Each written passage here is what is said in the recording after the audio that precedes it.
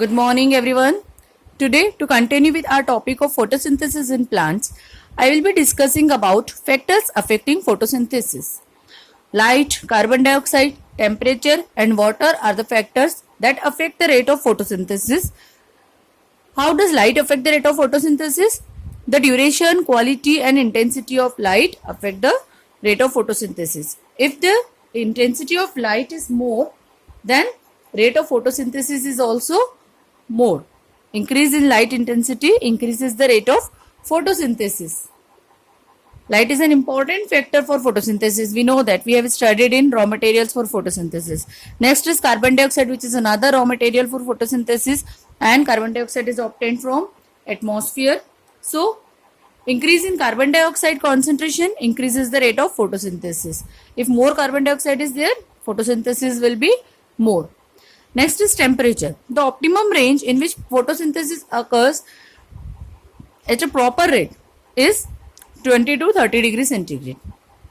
If the temperature goes below 20 degrees centigrade, then also it affects the rate of photosynthesis. If it goes above 30 degrees centigrade, then also the rate of photosynthesis is affected. How? We'll see. If there is an increase in temperature, this arrow indicates increase. It goes high, up. So if there is an increase in temperature, the rate of photosynthesis decreases. This is because the chemicals involved in the process get destroyed at higher temperature.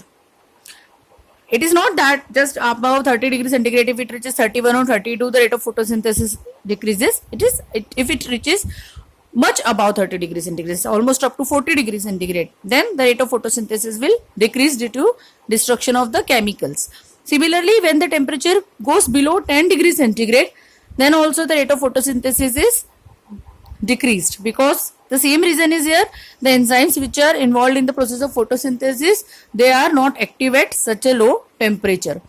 Next is water. When water availability is reduced, if less water is available to the plant, then stomata of the plant are closed. It leads to closing of stomata. When stomata are closed, they will not be able to get inside them carbon dioxide. Carbon dioxide is taken in through stomata and oxygen is released through stomata. So, if stomata are closed due to lack of water, carbon dioxide cannot be taken in. Due to this, rate of photosynthesis again reduces. So, if water is less water is available, then photosynthesis rate is also decreased. Understood? Next, we will see stomata. What are stomata? The singular of stomata is stoma. A stoma is what? It is a tiny pore or opening that is used for gas exchange. That is, carbon dioxide gas goes inside the plant through stomata or stoma, and oxygen is evolved out through stoma. This is a small pore. Okay. These stomata are generally found on the under surface of the leaves. I'll show you a leaf. What is under surface of leaf? That I want to show you. Therefore, I am having a leaf in my hand.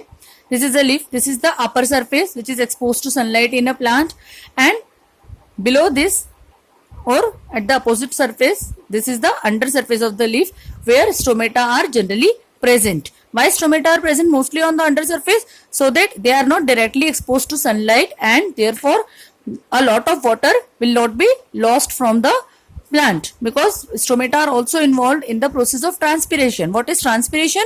The loss of water from the plant is called transpiration. Then each stoma is surrounded by two kidney shaped guard cells. This you can see, they are the guard cell. This is stoma, and this guard cell, they have inner thick wall. The inner wall of the guard cell is thick and outer wall is thin. They are crescent shape. Their shape is crescent shape like this, or kidney shape. And inner wall is thick and outer wall is thin. Now, how does this opening and closing of stomata occur? Generally, stomata are open during day and closed during night. What happens during the daytime? Why do you need opening and closing of stomata? So simple, for exchange of gases, for intake of carbon dioxide and removal of oxygen from the plant. So during the day, in daytime, what happens? Water from neighboring cells enter the guard cell. These are the neighboring cells. From here, it enters into the guard cell. During the day, because of the transpiration pool, water keeps moving inside the plant, and therefore water from neighboring cell enter inside the guard cell.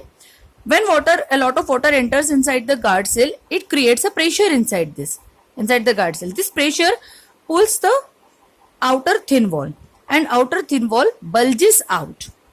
Because of bulging of outer thin wall, it leads to a pull on the inner thick wall also. This inner thick wall again gets pulled out. Because of this, the stomata gets open. Okay, but in night what happens?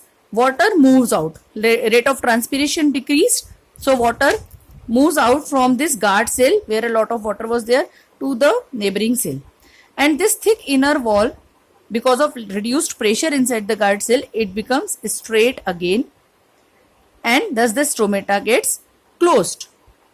Okay, so this is how opening and closing of stomata occur.